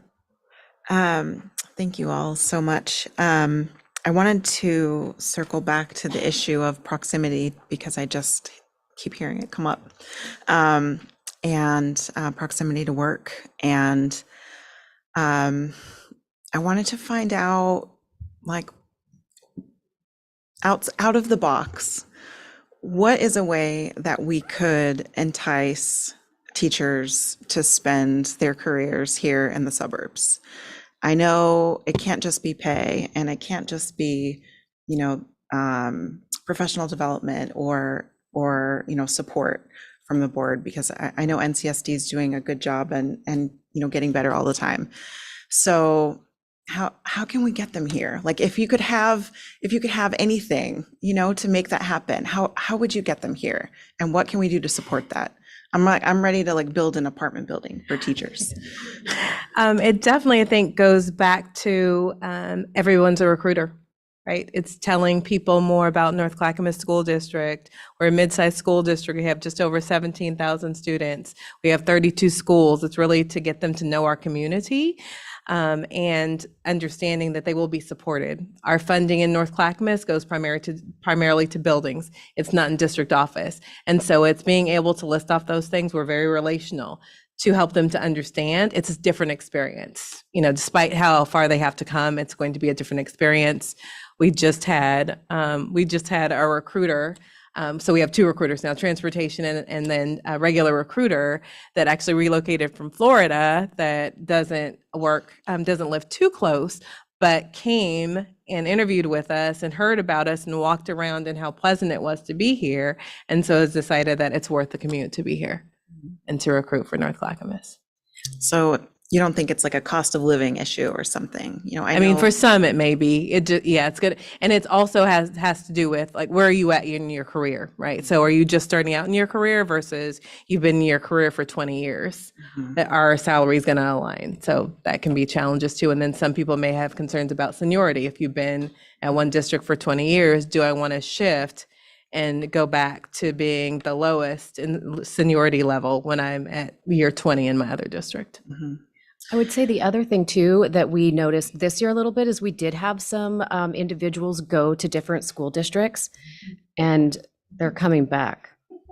So for some, districts can make it sound like really great, like here's what we have, because we're all looking for, like the same individuals. We all have about the same types of benefits and supports, and sometimes you can make it look and sound better. And we all have those same kind of challenges. And it was just interesting that a couple of people went and they want to come back, and we have openings, so they are going to come back. And I think for some people, they need to go and do that, right? If they've only ever been in North Clackamas, sometimes they think, oh, maybe it is better and I should just try it. But it was interesting to us. And of course, we're welcoming, and we are welcoming them back with open arms. And I will say that it is 30. It's around 30 out of 1,000 teachers that we have, and and I think that that's a 30 that hasn't changed much. And so it is a thing that, we want to continue to do what we're doing. I don't know how close I need to be. We want to continue to do what we're doing in terms of, we create a culture here. And what I talk to people sometimes when I call people about why they want to come work here, I say, you can go someplace else and get more money. You can do that. You can find that, but you won't find what you get here. Like, here we provide an opportunity for you to grow as an individual. And so no matter how long you're here, when you leave, you're a better teacher, bus driver, nutrition worker than when you started. And that's something that I think is that people who have here and have experienced that, they can go to other areas, but they may not get that same level of investment into them as individuals and seeing them grow and improve in their jobs. And that's what I think we have that other districts don't have as well as we do. So the one thing that I would add about classified staff, I think, is getting out there more in the community. We've seen a success from our transportation recruiter, but just this summer when we partner up with communications and we had those summer pop-up events, I remember attending one just right outside of the Clackamas Town Center, and the amount of people that came in, and just by looking at North Clackamas, they ask, "What are you guys doing here?" And so being out there, I think that that's really what has helped, recruit more people. And as long as we continue to do that, I think we'll see more success stories like that. Thank you. And then the only other question I had was about the relationships with colleges and universities that you mentioned earlier. And I just wanted to check and see if you've engaged with the University of Oregon's new satellite campus that they're building in Portland with the bomber school and the So we have a number of college and university partners already because we have students come in, we have student interns come in. And so we have not yet, I know they are in talks about when they're going to actually launch that campus. It's going to be specifically around behavior supports. And so, yes, I have a side conversation going with a friend and colleague of mine that's going to put me in touch once they're ready to launch. And so we will be having some conversations with them as well. Okay, good. Yes. All right, thank you. Any other comments or questions? Okay, I just have, and thank you very much for the very, very thorough presentation. We appreciate it. I just have a question mostly for classified, I think. Can you talk a little bit about, just for the community, and just kind of sharing like the flexibility and the creativity that we're using with scheduling and that kind of thing? Because I know that part of that can be maybe somebody who is maybe looking for more hours or more full-time, or somebody who is looking for something that's very part-time. So can you just talk a little bit about the flexibility that you have in those schedules? Yeah, our positions vary. We have positions that are 3 hours a day and positions that go all the way up to 8 hours a day. So most of our, if I speak to our paraeducator openings, we have, community members that may only want to work 3 hours, 4 hours a day, and we have those positions available. But we also have after-school programs. And so if we have somebody that may be interested in getting more hours, then they can be part as a paraeducator for 3 or 4 hours, and then also work in our after-school program for another 2 hours. So the flexibility is there. Various schools that do have those openings, that they're closer to their home. So there is a lot of opportunities, and it really is dependent on what their interest is, where it is that they're looking for. And it varies from paraeducators to nutrition services, custodial services. So the opportunities are endless. All right, thank you. Yeah, I think that's really important that we get that out there to the community. Director Kemp, did you have another question? More so a comment. I was actually tabling for another organization at the Touch a Truck event, and there was a lot of attendance there. It was a hot day, but there was a lot of people that showed up. And similarly, a lot of private companies are having a very difficult, challenging time hiring people. I work for an engineering company. We hired our first recruiter only, in addition to the HR folks. And that is all she does, is talk to people, and literally around the world. So I'm glad to hear you've got these recruiters, because I think that's, in today's world, that's necessary. And if you want to see a little bit of the work that she does, that Shannon does for transportation, if you follow their Facebook page, you will see that she does an amazing job. Every time we have a new bus driver, they are featured on the page. And so I think that really helps with that recruitment and retention as well. Yeah, great. Thank you. All right. Thank you also very much for the presentation.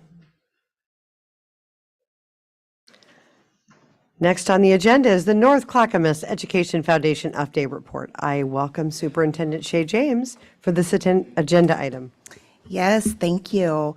Well, I get the pleasure to welcome Stephanie Rose, who is the Executive Director of the North Clackamas Education Foundation, and she has brought with her a past board member of ours, Orlando Perez, who is also on the board at North Clackamas Education Foundation, so we're excited to have them both. And I would say we greatly appreciate and benefit from our partnership with the foundation. They work tirelessly to serve our families and to serve our kids and always stand beside us in whatever it is that needs to be done in order to have the best opportunities for our students and families. And an example of that is they were deeply involved in helping us to pass the levy that just passed. And so I want to thank you for always doing that and being at the forefront of making sure our families and our students have what they need. And so tonight they're going to share a little bit of an update of what some of that is and what it looks like. So thank you and welcome.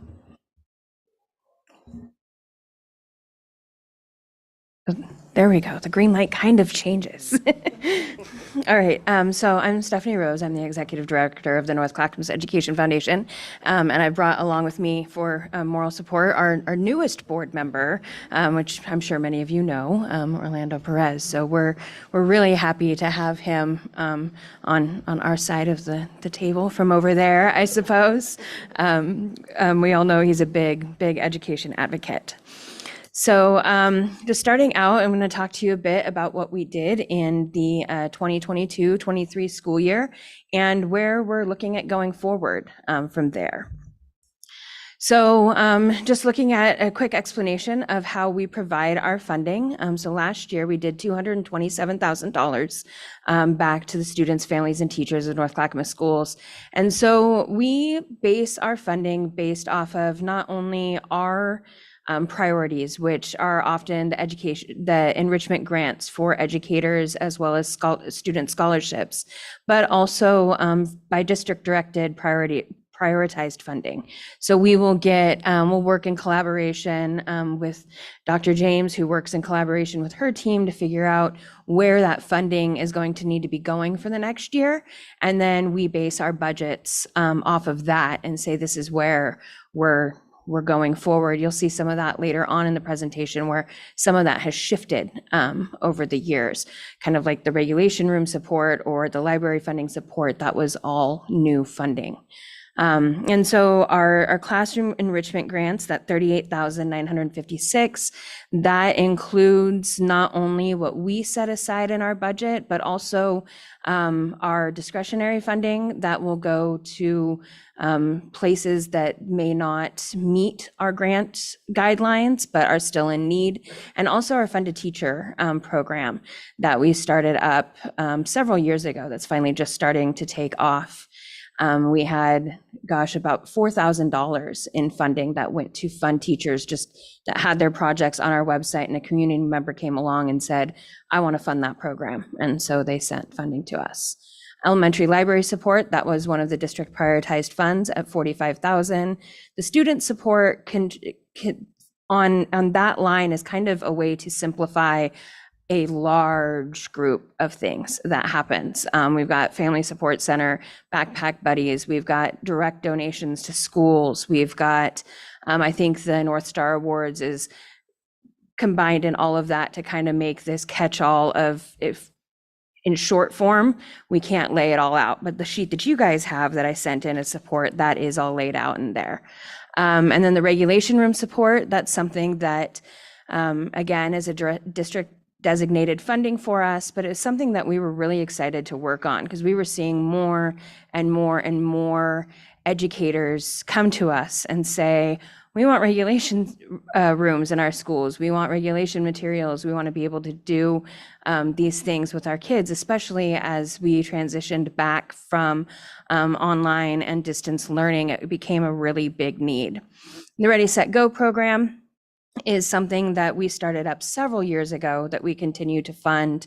That $25,000 every year started up that program at Billquist Elementary and continues to fund that. And I will bounce back up to the scholarships because 59,500, that number is accurate, but I think if I sent you one, your text may not match that number in the outline. If your text paragraph matches that, I sent you guys the right one and printed myself out the wrong one. So, so moving on from that, so talking about our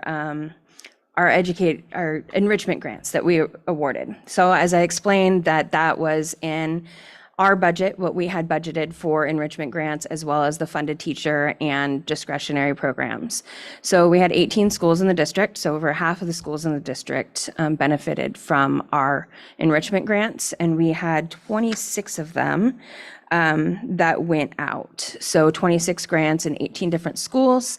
And it says 28 up there because those are our discretionary grants. We had 2 discretionaries that went out. One was for the drumline, which benefited, at this point, they've expanded to include the entire district, which is students from all over the district, which is really cool. And also in a student affinity group program at Milwaukee High School that we help support. So when we add that all up, one of the questions that we asked our teachers when they send us their grant requests is how many students is this going to impact? And when we add that all up, we directly impacted with our grants right around 5,000 students. Considering the number of students, I think we're just a little under 17,000 this year. That 5,000 number directly impacting them on top of the district-wide funding that we do is a big thing. We see a lot of really innovative programs coming through, a lot of things that we've noticed, which has been a good shift. We're not seeing as much of things that may be absolute necessities that teachers are being underfunded by, which is really great, but starting to reach into the realm of what we can do to really engage and enrich the education that we have for our students. We see, I listed one of these on this handout that you have, one of my favorite ones, because I'm a gardener and love the environment stuff. But, Rao last year got a grant from us to go out behind their school and help remove invasive species and restore some of that Kellogg Creek area to really kind of teach the kids how they could interact with their environment and have that positive impact on their environment. I was really excited to see that the Ballet Folklorio was mentioned in the Alder Creek report, because back in 2021, we had given them the grant for those costumes for that program. So we do a lot of really fun stuff that I like to see it all come through. And then here are our scholarships that we're looking at, just under that $60,000. We had 20 scholarships to 18 students. Our students are allowed to apply for multiple scholarships, and when we award these scholarships, all identifying information of the student is removed from the scholarship. So it is based on their essay responses, what they've submitted in their referrals, things like that. So once in a while, a student will apply for multiple scholarships and will receive those multiple scholarships. I think this is one out of a few years that we've seen it. So we have 14 scholarships that we now oversee, and we had a new one in the 2022-23 school year, which was the Malcolm Ritzer Memorial Scholarship. And that was someone that had worked in the district. Her husband had passed away, and she had wanted to start up a scholarship in his name. So that's where we went. And then we have also taken on, over the last couple of years, some scholarships the district was facilitating, and we're continuing to do that work with the Oregon Community Foundation for the Owen and Edna Saban Scholarship to get that out there. And just kind of on the side there, some words from some of the students that have gotten our scholarships. And if you were at our gala or happened to see it when we posted it online, or can go to our YouTube channel see it, we have followed one of our scholarship recipients from 2016 when she received her scholarship all the way to where she is now. And she's continued to receive support from us through her scholarship beneficiary and just has an amazing story. Her name is Christine Marielle Brown. So if you haven't seen her story, I encourage you to go and check out our YouTube channel and see her story. And then just looking into the 2023-24 school year, so this year we have already awarded almost $15,000 to classroom enrichment grants to educators throughout the district, 15 projects in 11 schools. So, and our next application round for spring funding actually just opened today. And we've already seen a handful of grant applications come in. So I know teachers have really been looking forward to that.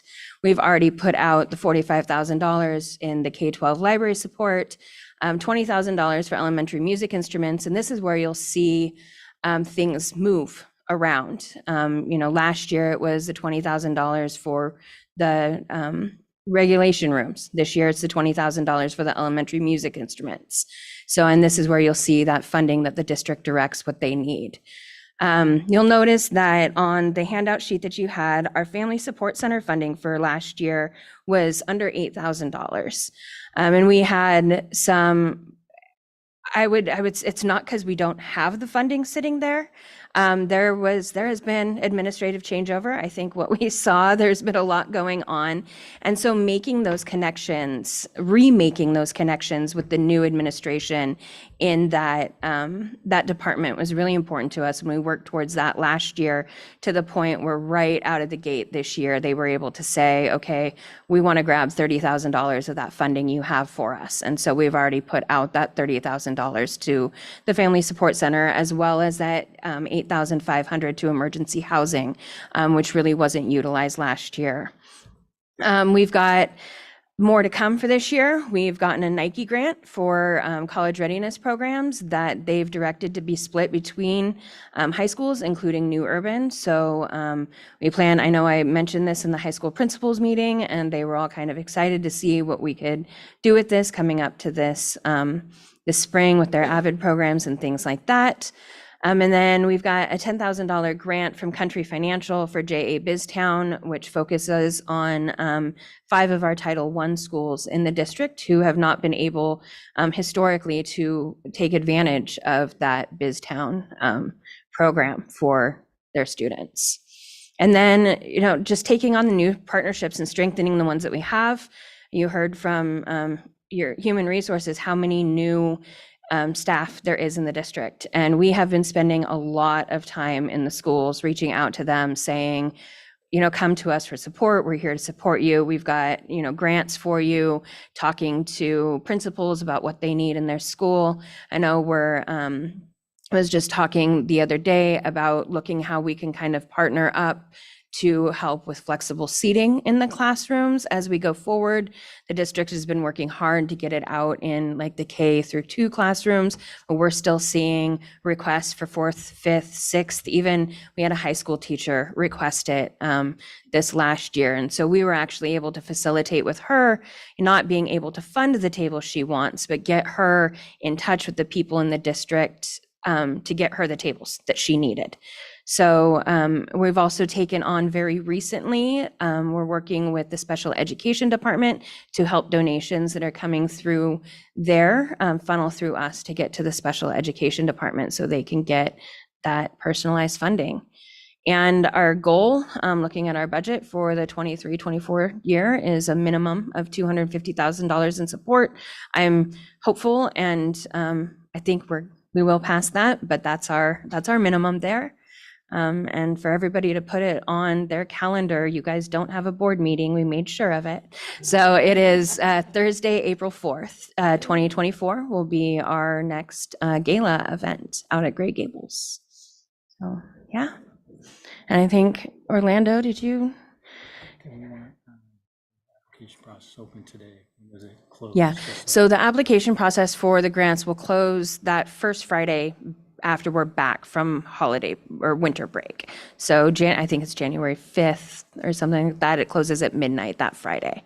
So we like to give the educators, I know it's their break, but at least it's like they're not working their long days and then also having to fill out a grant application. So, yeah, and we'll go over a holiday break, a winter break. How much for the teachers, they know where to go? Yes. So just a quick mention, teachers want to find that nc-foundation.org, and then right at the top of our banner is just a teacher funding link. And saying that, I've said that, well, I've heard myself say that for the second time today, because we recorded, speaking of strengthening our partnerships, we recorded a podcast with Curtis Long this Monday, which actually just aired today. And that's why I've heard myself say that 2 times today now. So yeah, go for it. Okay. You'd think I know how to use this by now. Hello, Superintendent, Dr. James, Chair, Vice Chair, Board of Directors, and all the familiar faces here. Yeah, well, one reason I wanted to sit up here is because it brings me closer to the candy that I know you have hiding up there in bowls.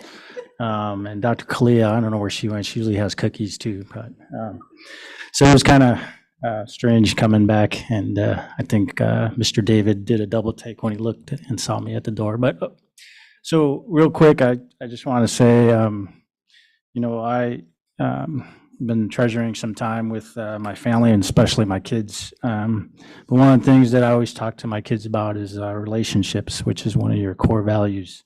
And that's what brings me back out onto the board. And I'm trying to demonstrate to my kids the importance of relationships in all we do. I think, we all bring something to the table. Each and every one of us has a gift. And when we bring that together and work together, we can do a lot, especially on behalf of our children, on behalf of our kids. So partnerships, relationships is key. And so,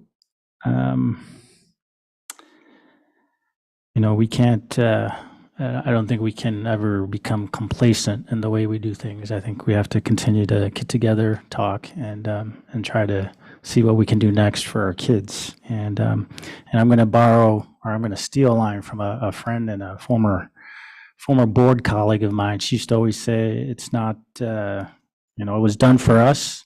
We got to do it for them, do it for the kids coming in the future."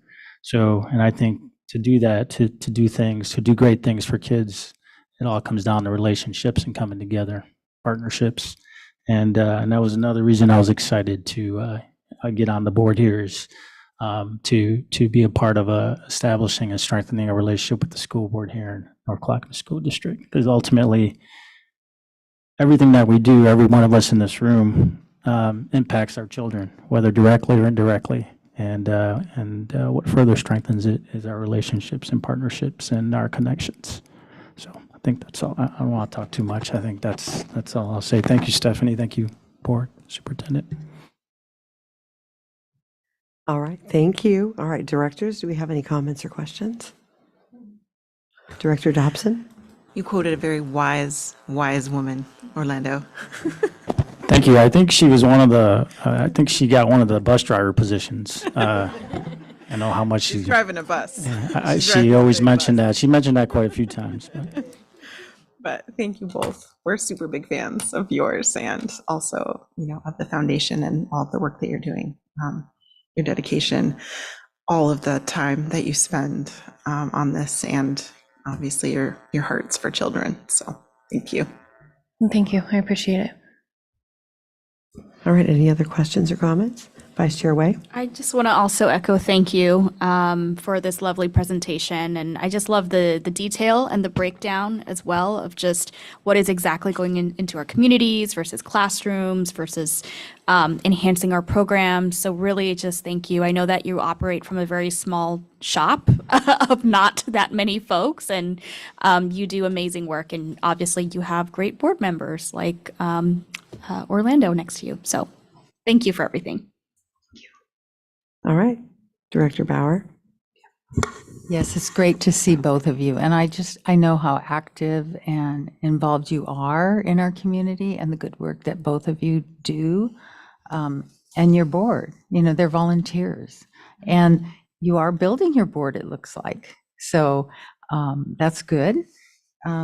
Yeah, I will say just real quick, we actually had 2 new board members last year and then 1 this year so far. So, Great. Now, there was one, I think last year you talked about maybe looking to hiring someone to help with fundraising. Were you able to do that? So we do not have a fundraiser position, but we did. She's been with us for, it's been 1.5 years now. We were able to hire a communications coordinator. So she's really been able to do a lot with our online presence, our social media, blog posting, things like that.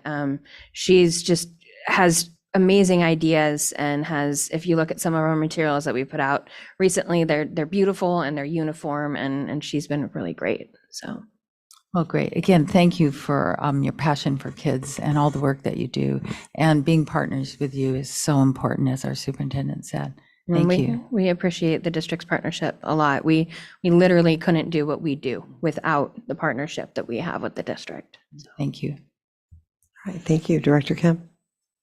Yeah, thank you for the presentation. I have one question on the funds that go to the Family Support Center. What is that?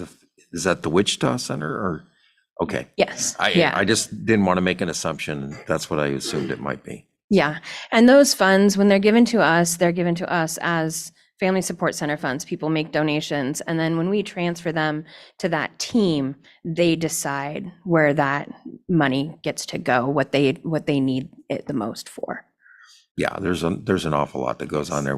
I went to the open house. That was really nice. Yeah. Thank you.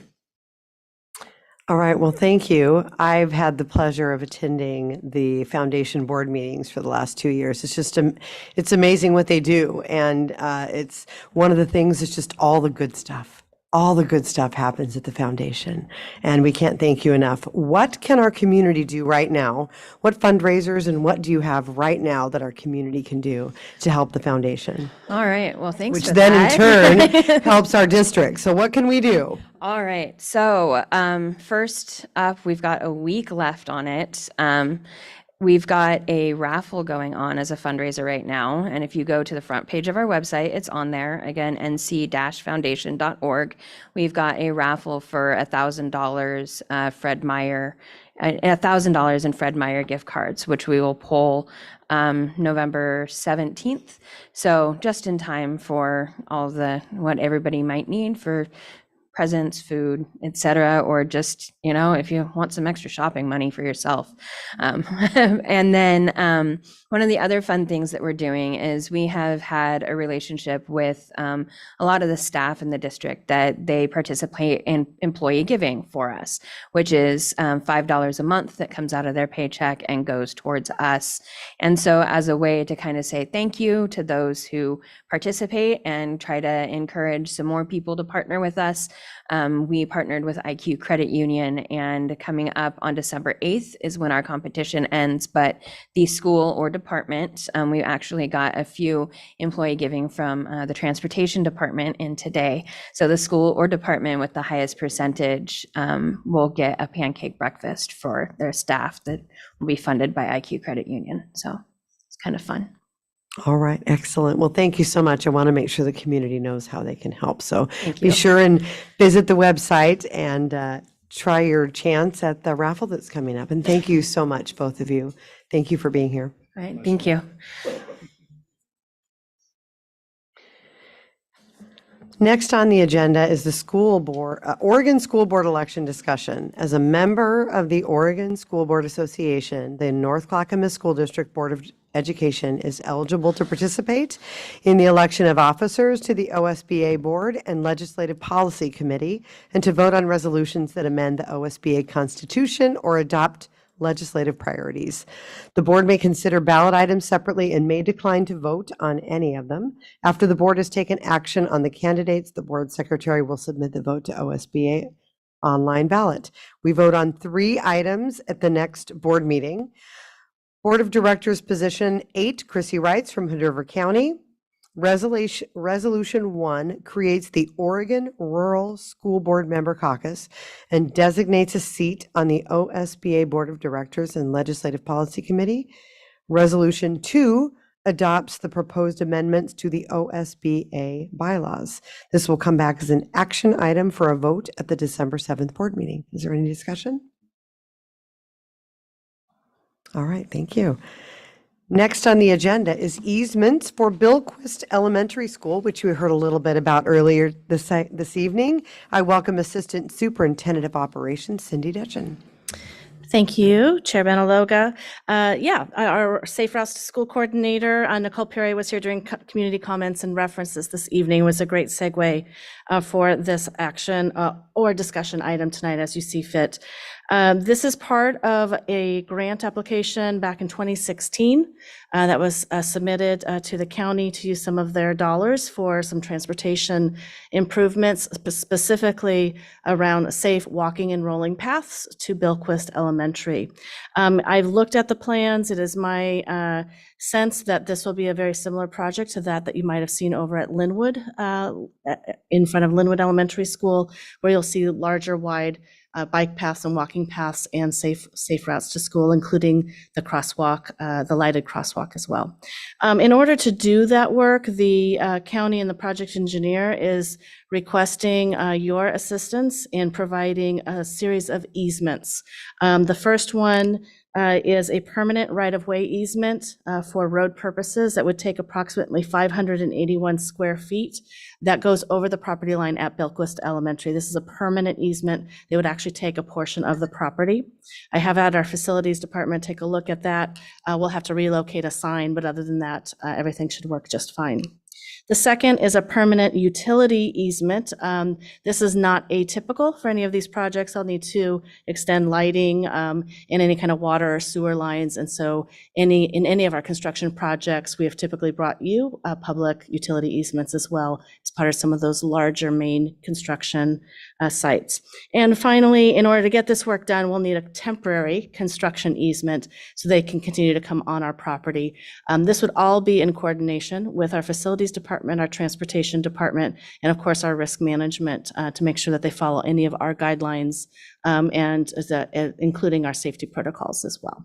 So happy to, I don't know how many questions I can address since this is not our project, but I will do my best to answer them or find them out and bring them back to you. All right, thank you. Do any board directors have a question for Ms. Detchen? Chair, I do want to ask something. So because this is a discussion item, can we move it to an action item this evening for a vote? Yes, if there's a motion. Yeah, we just need to have a motion if we are. So is there a motion to approve? I make a motion to approve the superintendent's recommendation of the resolution to dedicate to Clackamas County following easements for the purpose of road and walkway improvements for Billquist Elementary, located at 15708 Southeast Webster Road, 97267, as shown in Exhibits A, B, and C. Is there a second? Bauer, second. It's been properly moved by Vice Chair Way and seconded by Director Bauer. I will call for a vote on the motion. All those in favor, aye. Aye. Aye. All those opposed? The motion passes with a vote of 5-0. Thank you. Thank you. Thank you. Next on the agenda is the Budget Committee appointments. The board declared Budget Committee positions 8, 11, and 14 vacant at its September 21st, 2023 meeting. New appointments will serve 3-year terms expiring June 30th, 2026. Position 8 and 11 will be filled by community members at large, and position 14 will be filled by a member of the Educational Equity Advisory Committee in alignment with the state law and board policy DBEA. The district announced openings to the public through many different venues. We received 25 applications. On November 2nd, the board conducted personal interviews, and now we will consider the 4 applicants who completed the interview process for positions 8 and 11. Applicants Simona Beatty, Sarah Howell, James Martin, and Jennifer Pope. Do I have a nomination for the position 8, North Clackamas School District Budget Committee? Director Bauer. Chair Benaloga, I nominate Simona Beatty for position number 8. All right, do we have any other nominations for position number 8? Director Bauer nominates Simona Beatty. Do we have any other nominations? Any other nominations? Yes. This is just one position. Okay, all right. All right, so, no, all right, so any other nominations? So we've asked 3 times, correct? All right. All right, we will do a roll call vote, correct? Yeah, all right. All right, Director Bauer, Aye. Director Dobson, Aye. Director Kemp, Aye. Director Way, Aye. and Director Benaloga. I am also an aye. So we will, the board appoints Simona Beatty to position 8, North Clackamas School District Budget Committee. Do I have a nomination for for position 11 on North Clackamas School District Budget Committee? Vice Chair Way? Yep. I nominate Jennifer Pope for position 11 of the North Clackamas School District Budget Committee. Do I have another nomination for position 11? Director Way nominates Jennifer Pope for position 11. Do we have other nominations? Do I have any other nominations? Do we have any other nominations? All right, I will take a vote. Director Bauer, we are voting to appoint Jennifer Pope. Aye. Director Dobson? Aye. Director Kemp? Aye. Vice Chair Way? Aye. And Director Benaloga? I am an aye as well. The board appoints Jennifer Pope to position 11 to North Clackamas School District Budget Committee. Next, the Educational Equity Advisory Committee appoints a person to serve on the School District Budget Committee as required by board policy and Oregon law. We will now vote on appointing Ankur Doshi to position 14, North Clackamas School District Budget Committee. All those in favor, aye. Aye. All those opposed? All right, thank you. The board appoints Ankur Doshi to position 14, North Clackamas School District Budget Committee. Congratulations to those that appointed. We appreciate everyone that applied and encourage all applicants to stay closely connected to the school district and other opportunities, school-based committees, volunteer opportunities, and other school district public education efforts. And right before we adjourn, just want to remind our community just again how thankful we are for the showing on Tuesday, that it really shows the dedication and the true love and the true trust that our community has in our school district. And I want to end tonight by a quote by Margaret J. Wheatley. She is an American writer and teacher. And she said, "There is no power for change greater than a community discovering what it cares about." So thank you for caring about North Clackamas. And we are adjourned. It is now 8:37, and then this public meeting of the North Clackamas School District Board of Directors is adjourned.